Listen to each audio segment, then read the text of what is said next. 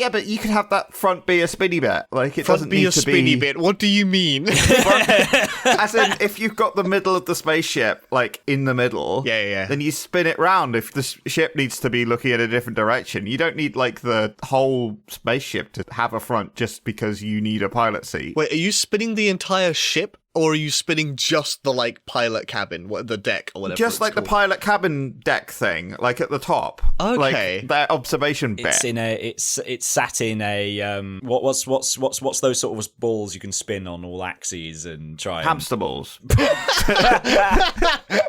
me wrong. Prove me wrong.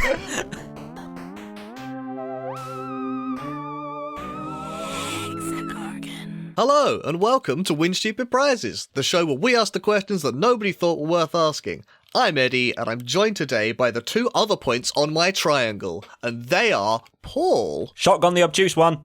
And Alex. I'm quite far away at the moment, so, you know, big triangle vibes. Okay. I thought one of you was going to make an acute pun, but here we are. Yeah. Well, I went the other way. Yeah, I guess I'm the acute one then. Got him. All right, we got no official judge today, but thankfully my boss, Senator Palpatine, aka Darth Sidious, sent me a message and needs to improve his greatest invention. It hasn't worked out so far the last couple of times, so he's asked us today, how would we improve the Death Star? Well, it's just the wrong shape, isn't it? Okay. It's just the wrong shape. Hang on, what? It looks too much like a moon? It's just like okay, the physics in the Star Wars universe is insane already. So why did they choose to go for a ball? It's just so awkward to do anything with. I mean, it's like ball shaped. It's like in a normal like thing of physics, yeah, sure, fine, I get that. But then they clearly have to do some sort of artificial gravity because you know when like the ships are coming in, they then land flat. So it's not like they're spinning it to have some sort of artificial gravity thing. It's just they come in sideways. I see what you mean. And then land. Yeah, they come in like head on into the circle and then just drop rather than having to like rotate 90 degrees to land on the surface of the sphere. They have an artificial gravity of down, which on a sphere doesn't really... They land really... on a shelf rather than a surface. Yeah, so... What the fuck? Yeah, a down doesn't make sense on a sphere in space. So why did they make it a sphere? There's no reason for it to be a sphere. We should have had a Borg cube 20 years earlier, and it'd just be, you know, more oblong. I like a Borg cube. I do like a Borg cube. That's a funny... you know, maybe spherical, you know, not spherical, cylindrical, that might be worth. Or just, you know, okay, the second thing to add to logic. this is that it kind of looks cool when it's sort of, you know, just in geostationary orbit or whatever, acting as, you know... Disguised as a moon. A space station. Yeah. But this thing has a hyperdrive in it. It's got to move in space. Yeah. Okay. Just the hypothetical bit of you going through space and it's like, oh, we're going to jump to hyperdrive. And there's just a ball going through space. It doesn't have a point on the end. It's just a moving mass. Oh, no, but think about it. Think about it this way, though, Paul. A ball is the most efficient shape to roll through space. And because you can always go downhill in light speed... Right. The ball is actually the fastest object in hyperspace. Okay, so the reason why it is a sphere is because once you get an object so big and you have to have a hyperdrive in it, it's better for it to be spherical because then you get some energy efficiency by it just rolling rolls through hyperspace. down A the hill. cylinder would also work to be fair. A cylinder would also work. Yeah, okay. Like you don't actually need the front of a ship to be in space because any direction can move. Oh, like, yeah. why do you need the front of a ship? Oh, no. But this is about vibes, about everything. Like, why does all of these things have a point on the end? It's because it's aerodynamics. Hang on a minute. It's the look of the thing, right? Aerodynamics in space. Yeah, I know that doesn't make any sense, but it's the look of the thing. Like, the Star Destroyers have a pointy end. Yeah, they don't need to. Yeah. Do they enter atmospheres? Is it for that reason? I mean, you need a front for where you're looking, right? Because you still have pilots. That's the one bit of logic that makes sense. Yeah, but you can have that front be a spinny bit. Like, it doesn't need to be... Front be a spinny bit. What do you mean? As in, if you've got the middle of the spaceship, like, in the middle... Yeah. Then you spin it round if the ship needs to be looking in a different direction. You don't need, like, the whole spaceship to have a front just because you need a pilot seat. Wait, are you spinning the entire ship? Or are you spinning just the, like, pilot cabin, the deck, or whatever Just like the pilot cabin deck thing, like at the top. Okay. Like that observation bit. It's sat in a what's those sort of balls you can spin on all axes and try Hamster balls. Prove me wrong. Prove me wrong. Well, that point, any spear, Alex. I was thinking of a gyroscope, I think, or like whatever the inverse of a gyroscope is. I think you were thinking of a gyroscope. The hamster ball, I guess, will do. So make the Death Star kind of is a hamster ball, because where you have the door to open and let the hamster in and out is essentially the little dish where the laser comes out. To be fair, like that's a bit that it's okay. So side effect, it's too small. It needs to be bigger. What's your argument here? Right. So the main issue I have with is the fact that it's the size of a moon. Oh yeah, it is, but it's destroying planets, right? Yeah. Quite efficient, I would argue. And one of the main things that Palpatine is not thinking about right now is the impact that all the space debris of an exploded planet's going to do. Yes, I think he is concerned about space debris, you're right. And what actually the Death Star needs to be able to do is, like a Pokemon or Kirby, go, what? Over the planet. And then destroy it from the inside. Well, yeah, either you destroy it from the inside or it just becomes a prison thing. It's like, well, you're in timeout now. Alderaan, you're in timeout, dark time. You want to make the Death Star into Pac-Man and eat the planets. Yeah, because that also means you don't lose the resources either. That is true, actually. You get a whole planet that's now, instead of just spewed like a thin veneer. You convert this planet into energy, and then you use that to destroy another planet because you've got enough planet's worth of energy because you destroyed it in some kind of Eat a planet to destroy a planet. Hang on a minute. Are you just making mortal engines here? It is pretty close, isn't it? Yeah. I was wondering. I was wondering if I was actually getting close to like the weird end game of. It sounds like Galactus to me. It's very close to Galactus, but it was what's the game where you spin around and you collect objects together? You spin around and you collect objects together. Katamari. Yeah, exactly. Damacy. Yeah, and towards the end you're just rolling planets together or something ridiculous. Yeah, it's a game where you're a king who likes rolling things up into balls. I don't know what this is. I love it. You haven't concept. What a good concept. That's basically the game. I love rolling things up into balls. That is my king. You're right. He's got one thing he loves. I think you're a prince, not a king, but whatever. Same difference. He'll be my king one day. Yeah, that's that game. The argument for making it bigger is just to be able to like absorb things. Yeah. Just to eat things rather than blow them up. Yeah. Okay. Because, like, you can put other stuff in there, but, like, at the moment, you've got something that creates a huge amount of space debris for no real reason. This does actually tie into the Grey Goo thing that I mentioned briefly, that, like, if you eat a planet, strip it full of resources, use that to expand the Death Star, become a bit bigger, eat a slightly bigger planet. Oh, I see. Yeah. Right, okay. I got you. Okay. Now we are getting into mortal engines. Right. Is that what that is? Fair enough. So actually, what we actually need is you needed the Death Star to start smaller and eat smaller moons. Okay. To get out. So it was an efficient use. If actually they needed to start smaller and then use the sort of inbuild of replicating itself by eating planets. Replicating itself? Well, not building on itself. You know what I mean. I know what you mean. It's recreating material, I get you. Different question. Paul, have you considered making it star-shaped to live up to its name? Is star not ball? No, you know what I mean. Or are you thinking like a fine-pointed star? I mean, like, what we consider a star shape as humanoids. I prefer it. Then it has a second weapon, and it's like the sharp points. It could like literally pierce itself through the air. What, bed slings? Skewer other. Oh no, we fired the laser. It takes a day to recharge. We'll just stab this other planet. It's fine. I think it would. I think it would make sense. It would aesthetically. I think it would look better with like the Star Destroyer lineup. Like they're all pointy and angular, and then you just got this ball thing. It's like, from a purely aesthetic point of view, I think I prefer the star shape. It's very anime as well. When it goes through hyperspace, you just have a big star flying through, sort of with the other smaller pointy bits flying through hyperspace. That's such a good anime imagery. And a very small lost Kirby surfing the top of it, going, "What the fuck is going on?" Yes, this is the imagery we needed. What in the frick? Just isn't Kirby like only like 6 inches tall or something? So Yes. just this moon-sized star and a 6-inch pink ball on top of it. I love it. Kirby can definitely make that work. Okay, I think you're onto something here, Paul, with like the changing the image of the Death Star. But I think we need to do it in a slightly more metaphorical sense. Okay. I think that the Death Star, physically, absolutely fine. It just needs better marketing to sell it to the masses more. Right. And we can start with the name. Okay. Death Star, not very palatable. Rebels see the words Death Star and they go, that's not good. We got to start forming a rebellion immediately. What if we called it something like Palpatine's party planet. Much less assuming. Right, okay, yeah. So you're not changing what the Death Star does, but you're letting the propaganda of, oh, we're building a party planet. It's going to be party-tastic. Exactly. And then when we blow up the moon, the rebels will be like, oh no, that's actually what the party planet is. It's more like a Death Star. We better start forming a rebellion. And they're like 2 years behind because of however long it takes to... Yeah, they're so late. Yeah, a whole extra movie before they win. I mean, the Empire also has to probably stop doing the other Empire things to stop a rebellion forming. I don't think the rebellion just formed because there was a Death Star. Interesting theory. I don't think that was the catalytic moment that they were like, maybe we should rebel here. Well, we can still do lots of marketing around, like, do your part for the Empire, join the Stormtroopers today, things like that.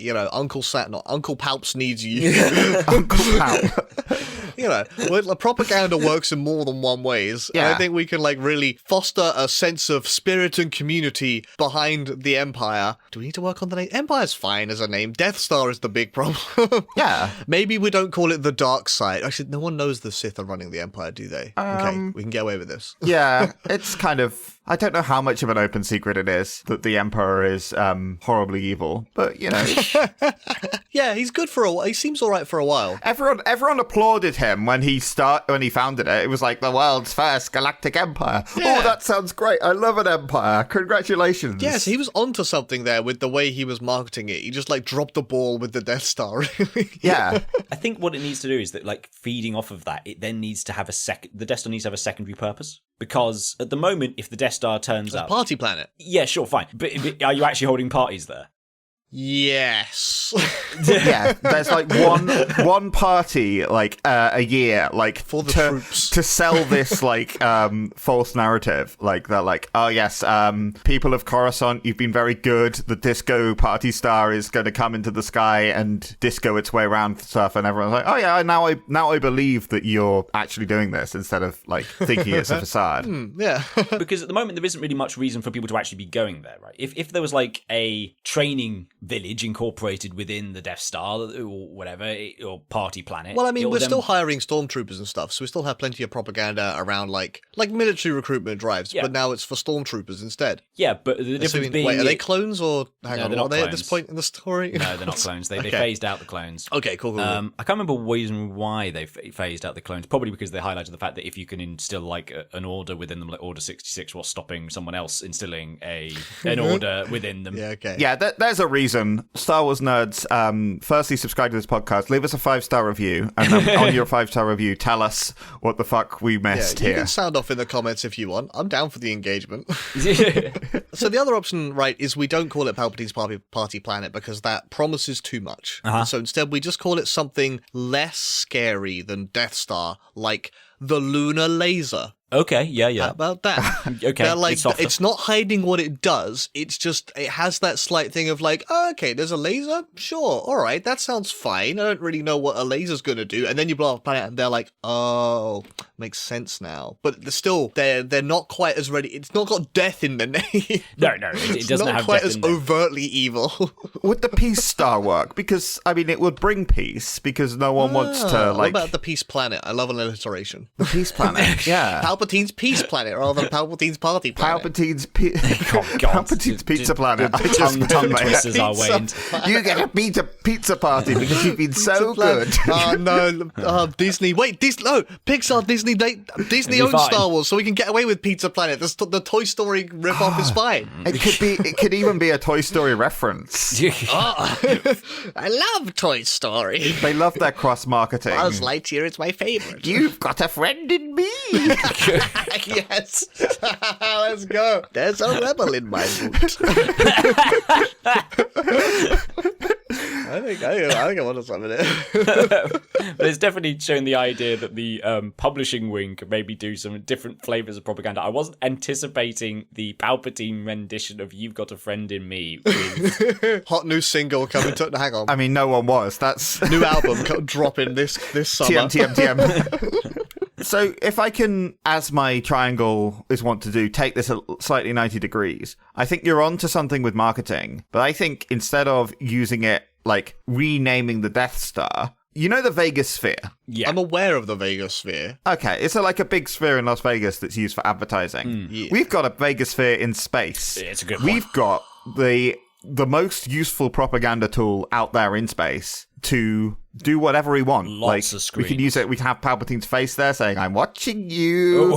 We could sell it out to Coca-Cola or Space Coca-Cola. I can't There remember. you go. That's the thing I was looking I think Disney did rebrand Coca-Cola in their parks, so like just use that. They Space rebranded Coke. Coca-Cola? For the Star Wars land in the park because they wanted like in-universe stuff. So like Nuka-Cola is something else. Yeah, it's Fallout. Yeah, no, Nuka-Cola is Okay. Anyway, so like you have adverts there. You can have like not the Red Eye of Sauron, but like kind of the Red Eye of Sauron from Palpatine, saying, you know, we're watching you. I think selling it to companies is a great. You can keep its primary purpose as well because it is a machine to end the rebellion and like tell people behave or we'll blow your planet up. But like it's got to be more effective to use it as the we're here to like market things to you. We can make some money back because another thing is like such an expensive construction project, the Death Star. It is a fair point. It hasn't paid for itself, but there is a very sort of quite novelized image of like, you know, over the horizon a big yellow ball with two eyes and an angry frown on its head as its mouth begins to open to decimate the planet you're on. I'm a fire in my laser meme comes full circle. And then as it spins around to go to the hyperdrive, just on the back there's a ba-ba-ba-ba-ba. And also just a big LCD screen. I just imagined it being like, behave or will blow up your planet, sponsored by Coke. Yeah, that's the message that all brands want. If brands could advertise on the moon, they absolutely fucking would. And so like, you're close. We just again, the messaging gets a bit muddled when you also blow up a planet. Yeah, I mean, you got to make like the brands happy. Like, so maybe you'll be like, well, this explosion was not brought to you by Coca-Cola. This one was all the Empire. But I mean, to be fair, a lot of brands that are that big don't really care about destroying the planet, so it's not really off-brand for them.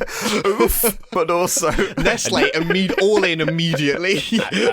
I must admit, it does sort of create this sort of idea of Emperor Palpatine. What is this climate change? I'll show you climate change.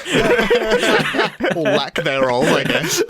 Well, the climate has changed. No climate is a changing also climate. for the fact that the climates on Star Wars make no sense because they're all the same thing. You've got a sphere and all of it's cold. You've got the ice planet. Oh, right, the desert planet, the ice planet. Yeah, okay, fair enough. So yes, a change of climate would be quite dramatic because it isn't just, this only affects the poles or the equator or the bit in between. It's just, no, the whole planet's having a... Your planet is now the water planet. I know it was the ice planet, but you're hot now. Paul Atreides would have died for this one. Yeah. Hang on a minute. Why have we got a salt planet? Didn't they? Weird choice. Sponsored by McDonald's again, I guess. Space food I could think of. Yeah, we just dip the chips in the salt planet. What we Where were we again? It just becomes a big transport vessel moving like the chips from like the chip planet to the salt planet, just season them and then back again to wherever the cells are best. I don't know. The invention of the hyperdrive really changed the way we do build things. I don't know. Then we need to go to the beef planet to get the beef. Classic climate, beef. I guess salt was a climate earlier, so here we are.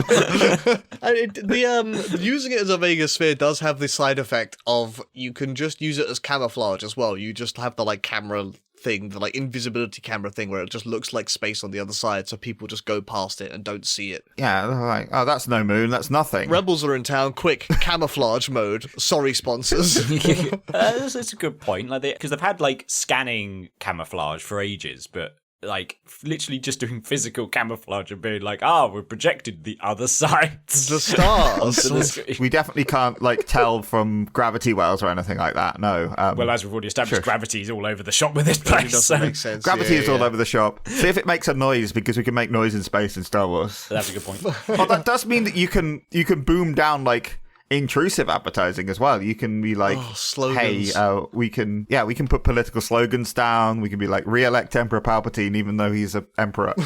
Double down on the propaganda machine. Re-elect Senator, because the Senate was still there, like, until he stopped it. So, like, re-elect Senator Evil Man. Jar Jar, so that he can keep voting for Palpatine or whatever it was. Yeah. Sorry, Senator Binks. I do apologize. Senator Binks. Friends, we've been doing the weekly Monday streams for a little while now, and I've been having a good time with them, so I think you should come and check them out. That's right, our Monday streams are now weekly. We've been doing it for a couple of months now. It's been going well, and I think we're going to keep doing it into the new year. As long as we can keep coming up with ideas every week, that's basically the pitch. What have I been calling them? I've been calling them all sorts of things. I've been calling it Monday Mix-Ups. I've been calling it Maybe It'll Be Good Mondays. I'll probably have come up with a third name for them by the time this comes out. But the point being, we do something different every week on those Mondays. I mean, there's some repeats in there, don't get me wrong, but the idea is we come up with like a unique stream idea, and that's our space for giving something new a go, something different a go, something kind of wild a go. Like, what have we done recently? We tried to break all of the 10 commandments in Skyrim recently, which was such a cool idea. That's what I really like about the Mondays. They're always such like unique and interesting ideas. Yes, they take some figuring out live. It's not always perfect, but if it's a good idea, then we might come back to it in like a month or two and do it again, but better. Like, Jamie's given us a couple of Jeopardy quizzes, the game show Jeopardy, and so I think that's on like its third iteration at this point because we've had such a fun time with it. So yeah, the point being that like the Monday streams are like unique ways of playing video games a lot of the time, and I think they're really interesting. I'm having a really good time with them. I mean, I have a good time with all of our streams, but I do feel like those Monday mix-em-ups are the ones that get our creative juices flowing in a really interesting way. And they're weekly now, so we do 2.5 streams a week now, and one of them is like completely unique every time. One of them's the same every time, and our third half a session a week, or every other week rather, changes every now and then. So you've got like 3 different paces of things. We've got consistent, totally arbitrary, and something in the middle. Something for everybody if you look at it purely on timescales.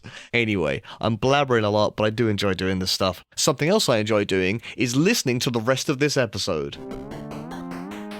Maybe we're thinking about this the wrong way at the moment. We're doing a lot of external changes. But what if we changed what the Death Star was powering? Because at the moment, all of our designs still have the big laser. Yeah. So what if instead of powering a big laser, it could still be used in a similar sort of way, but you know how a lot of the ships in Star Wars have tractor beams? Yeah. So what if we just used all of the big Death Star power to power up a super, like, 1,000 times tractor beam so that we can, like, push and pull something the size of a planet, for example? We were mentioning, like, environments and climates earlier. Just push Hoth a little bit to warm it up a little bit. Make it that water planet.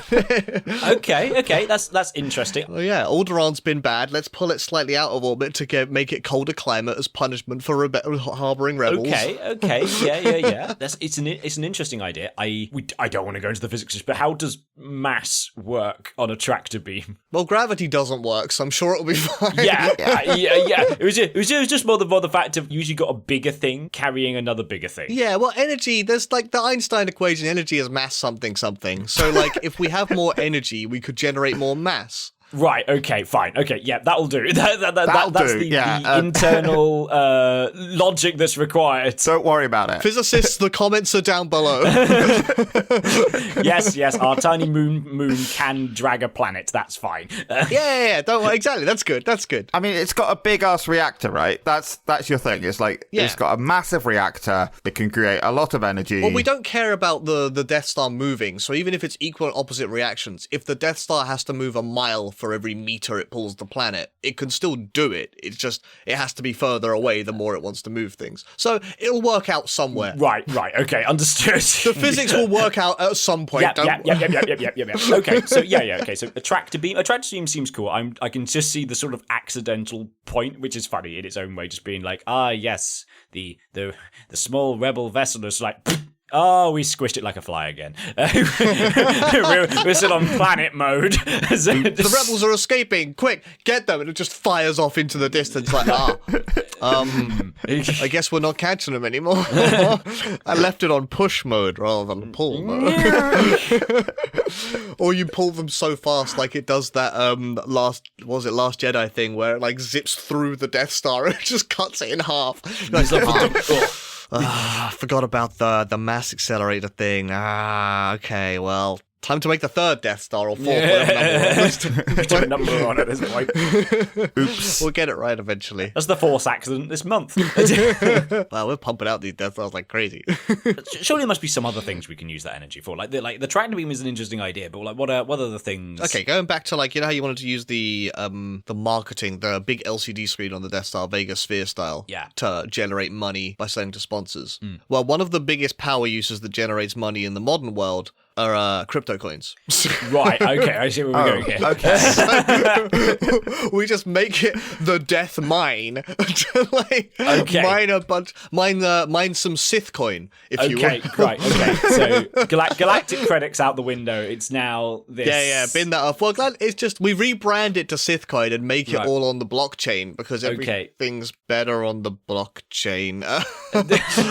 Yes, it's more decentralized, so you don't have to trust the Sith. Yeah, except it is going to be centralized because the Death Star's going to generate so much of it based on the power it has.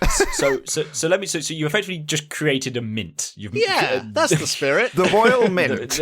Which, you know, the Death Mint, if you the Mint Star. So we paint it a nice lime green color to just confuse people as well. Change the color as well. Yeah, fair. Yeah, we could do that. I mean, the other option there, the other thing that uses a lot of power in the modern world is AI. So we just use it to power a massive AI bank. It's an interesting point whether there's like that because we had the Droid Federation, which have clearly some sort of kind of AI built within them. So you just got You do have real AI. This is a world with actual AI. But they're all put into robots, which are only in one location, whereas we could make big robot. I was trying to combine Grok and Grogu to make like Gronk. Big Gronk. Gronk. Is Gronk? No, Gonk is a Gonk droid. So Gronk droid is actually quite a good version on all of these. A Gronk droid. We've got Gronk, the AI-powered Death Star machine that is available on everyone's tablets, phones, whatever intergalactic thing exists in Star Wars everywhere. I just still like the idea if you just start your phone and there's still just Roger. It's like, oh god. It's like it is so large, but every individual small bit of it is still equally as stupid. See, this is actually a good plan for weeding out the rebels, because when we're on everybody's phones with our Gronk AI, and then when the rebels start using it, we'll know their location, we'll know their search history, we'll just scrape all of that data for our big AI machine. For reasons. Yeah, exactly. And just scoop off the top the information about where the rebels are, and then we'll send our stormtroopers there because we no longer have a Death Star because we're using all that power to power Gronk. Maybe it was Gronk itself that told them to put a massive exhaust pipe just there and thus created its own weakness. End my suffering. Or is it a hallucination? And actually, the exhaust pipe was a plan that Gronk came up with by accident. So when the rebels are like, great, we've got a way to destroy the Death Mint or whatever we called it. Gronk Star. And then they fire the thing, wait for it to blow up, and like, wait, where did we get this from? Oh no, created by Gronk. No, foiled again. Oh no, Gronk, is this real? Probably. Who's asking? Says Gronk. We really are blending our sci-fi things here because it's also really getting really close to Hitchhiker's Guide as well, in the sense of is this the first AI to try and answer the ultimate question, or is this the second one? Ultimate question? The ultimate question is, how do I squash these rebels, scum? Okay, fair enough. I see. Fair enough. It's definitely not in that territory. We know the answer. The question is just how many Death Stars does it take to quash a rebellion? Not worried about the rest of the question. How many Death Stars does one need? I think by accident you're making Cybertron, to be honest. Cybertron, I'm assuming, is a planet that's a big AI. There's lots of planets that's a big AI in. Hang on. Do you mean the big transformer that is a planet? Yeah. Oh, yeah. I think Cybertron is a big transformer. I think there is a transformer that is a planet. It's wiki time. It is. Cybertron is the homeworld. Is it a Planet Eater Unicron? Became the my word. Primus, whose body became planet. Yeah, something like that. Yes, you're right. I have made a transformer, sort of. Well, that's when Gronk takes over the I do like the idea that in a few years' time, and it's like the rebellion didn't start it, but there is the rebellion did start, but it was started by Optimus Prime. that film has changed entirely, but nonetheless. Help me, Bumblebee. You're our only hope. I guess Optimus Prime has a version of the Force, so I think he's older than Ben Kenobi. But he's an alien, so could exist in the Star Wars universe. Oh, I like this. It's in a galaxy far, far away, a long time ago in a galaxy far, far away. It's already happened. Yeah. It's history. This is good. I think I've made a better film with this. Congratulations. We've definitely made a different film. Yeah, and the great thing about this is we can use Gronk to write the script for us as well. Oh, gosh. So I think you were asking the question, how many Death Stars does it take to quash a rebellion? Yeah. And I think the answer is 4. Elaborate. Because I think we need the other 3 Horsemen of the Apocalypse as well. Right. Okay. I think we need the Conquest Star, the Famine Star, and the War Star. Wait, the War Star, hang on. The War Star. Yeah, it's like poetry. It's Star Wars, War Stars. You know. Star War and War Star Wars. The War Star and Star Wars. There we go, got it. War Star, Star Wars. Say that 5 times fast. No, don't. But the thing is, it's economies of scale. You've made the plans to make one planet-destroying ultra super weapon. Yeah. It's going to be so much easier to make 3 more than do something else with that. Okay. You've already got all the expertise, the construction people. You've got pipelines ready to go. Are you sure this isn't a sunk cost fallacy? That, like, we've got the Death Star, therefore we better also make the other 3. They killed the Death Star, but it's going to be worth the next one. Well, if you were already making that second Death Star... This is true. And the third and the fourth, when the rebels blow up the first one, you don't really care as much. You're like, oh, well, that was the prototype one. We got all the kinks worked out. Oh, that's this true. one, we're going to put an engineering memo saying, hey, maybe we fixed that pipe thing. And we hope that kid doesn't get as lucky with the shooting. The Force will only strike 3 times. He was experienced at shooting womp rats, so, that was the reason why he could get it. He was. You just get rid of that meddling kid. Darth Vader has some family therapy. All right, so the Death Star causes death with its giant laser. Yeah. So what do the War Star, the Conquest Star, and the Famine Star do in place? I'm glad you asked. So, the War Star ends wars by blowing up planets. The Famine Star Wait a minute. causes famine by blowing up planets. Well, no, it ends famine because there isn't any hungry people left. No, blow up the farming planet. Yeah, you blow up the farming planet. Yeah, exactly. The Conquest Star conquers planets by blowing them up. So it's kind of like... Oh, you conquer other planets by showing your force, by blowing up... Yeah, exactly. A less important planet. You've got 3 planet-destroying space stations that can warp in and say, I'm going to blow you up. No one is going to fight you now. And if they are... It's the same means, it's just a different end. Yeah, exactly. The art of war. Yeah, you've already won the war. You don't need to win. Okay. Have you considered, like, maybe trying other things, though? Like, for example, I think Famine Star, if we use the tractor beam idea, but it specifically focuses on food. Sure. So you just pull up everybody's, like, dinners as they're sitting down to eat, turn on the famine beam, it sucks up all their food. Like, oh, I was eating that. You go to the beef planet and you take all the cows. You, like, pull up a bunch of soup and then halfway through drop it. It starts raining soup. So everyone's still got their food, but it's just hard to catch now. Oh. I've not starved everyone. There's just less food because you have to catch it in your bowl. God. Thereby causing famine. It's the same class of ship, but yeah, we could do a little bit different in different places of the ships. So, like this one. Warstar just drops a bunch of swords and is like, oh, what are you guys going to do with those? Up to you. Do you want to fight each other? You could think about it. The bit that is interesting about this idea is this: if there's 4 of them and they've all got these incredibly destructive powers, it means that technically the best thing the rebels should do is capture one of them and use it to try and destroy another one. Oh. PvP. With death spheres. DVD? Why didn't they try and do that in the film in the first place? Just capture the Death Star, turn it... Wait, hang on. What would they blow up with it's it? really hard. Yeah. They don't have anything they want to blow up. Coruscant? The problem is they want to liberate. They don't want to explode. Yeah, but you are right. They should capture... If they capture one of the 4, they can blow up the other 3. And then... Well, they still have a death laser at that point. They can't blow up their own planets. They're still in a slightly odd position of power. But also it's 3v1. That's not necessarily good. Oh yeah, no. I think they get 1. They just hope the other 3 line up and fire the beam through all 3 at once. Exactly. Yeah. We warp in, we go boom, we warp out. Damn, it was 1 in a million. The chance of these planets aligning happens once every 1,000 years or whatever. Sorry, these moons. Sorry, these these what are they? Thingies. Whatever we call them. Space stations. Eggs. These eggs. Eggs. Make them egg-shaped. Interesting. There we go. Back to the start. Why aren't they just egg-shaped? That does pointy and round. Ooh, it still rolls. It rolls funny, but it rolls. Still rolls. Dr. Eggman's got to be like suing them for copyright infringement, so you know. Excellent. The death egg. Okay, all right. Yeah, you just like when you find out where the rebel base is you see all 4 of the stars of the apocalypse roll in at once, and you know that the end is nigh. The apocalypse is here. Yeah, you might as well surrender. There we go. And then if you surrender, then they don't have to use their big fuck off battery and fuck off laser, and so they can use it to mine more shitcoin. I mean, Sith coin. Yeah, that's the wait, ignore the anagram. Don't look too closely at the anagram. I like the theme a lot. I guess that does make Palpatine the devil as well, which I'm sure he's like quite up for. I like it.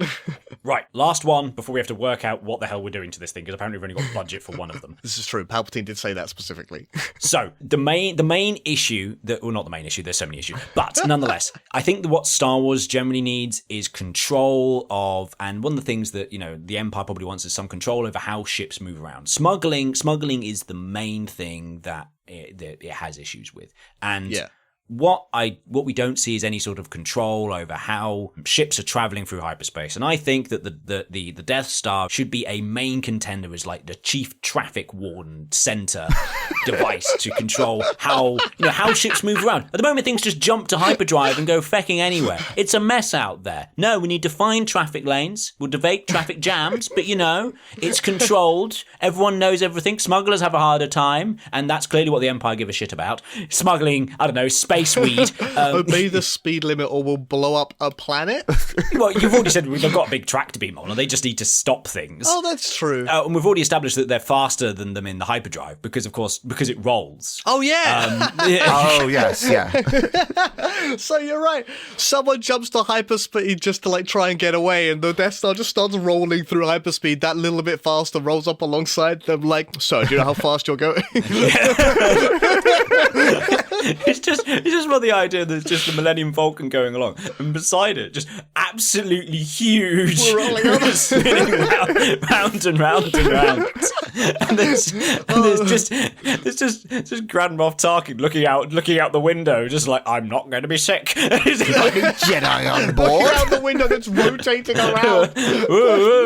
But how does gravity doesn't work on the Death Star? So I don't understand. Oh man, yeah. But they got the tractor beam to pull them in as well as they get close. They're like slow them down even more. Yeah, we're gonna let you off with a warning this time, but next time we will blow up your home planet. Take this speed awareness course. Oh, that's so stupid. The Death Star rolling around, stopping people from speeding through hyperspace is phenomenal. It's very funny. I don't know how effective it is, but I don't know if it needs to be effective. It just needs to be like, it's more of a big stick that the Empire can say, oh yeah, it's doing something. It's not like a thing that like you see every day, but it's like, watch out, they might send the Death Star at you if it's around your hyperspace lane. Yeah, well, the fact that it is faster than every other ship means that it could catch anyone at any time, so you always have to be thinking about it. Yes. You could run the risk, rebel scum, but you probably shouldn't, because the Death Star could catch up to you if it's in your precinct. All right, well, we don't have a judge on this one, so I guess we're all going to have to, like, cast a vote as to what we think the best answer here was. I think my favourite, and it's mainly for the quality of the pun, I will admit, but the Horsemen of the Apocalypse Stars is going to get my vote. I'll take that vote, thank you. Star Wars. Well, that's interesting because I was going for marketing other people's stuff because the idea of the Vegas Sphere Death Star. I did like that one as well. It was very good. Alex, what you putting in a vote for? That means that we got a runoff vote because I was going to vote for change the shape. Well, conveniently, we only have one. Palpatine has only given me one prize, and Alex, Paul and I both picked one of your answers. Oh, okay. So all Paul and I have to do, you know what, I did enjoy the Vega Sphere as well. Those were like, I was really torn between Alex's answers, so I'd quite happily give it to Mark. We'll let Palpatine run with marketing other stuff, because I think that is a truly beautiful image. Palpatine's face, like, behavior will blow up your planet, sponsored by Coca-Cola, was a wonderful imagery, by the way. So congratulations, Alex. Oh, thank you. Palpatine has given me a prize for you. I've got it right here. You win this exhaust pipe. Oh, I wonder where he got that from. Thank you. I don't know. Palpatine gave it to me. I'm sure. It's just what I've always wanted. Excellent. Oh, congratulations. Thank you very much, guys. Well done, Alex. Thank you. I'm sure Palpatine would be very happy with his Vega Sphere Death Star. Thanks for listening, Anonymous Data Point. I know everyone tells you this, but as a tiny independent outlet, we really do need your support. So if you've enjoyed this stupid episode, please subscribe on whichever platform you're listening on. If you're feeling extra generous, you could rate and review us on Apple and Spotify. 5 stars, please. Or more importantly, you could recommend this show to a friend. Regardless of whether you do any of that, we really appreciate your listenership, and we look forward to seeing you in the next episode. Well, you'll see us anyway. I mean, not see exactly. Nah, you get the idea.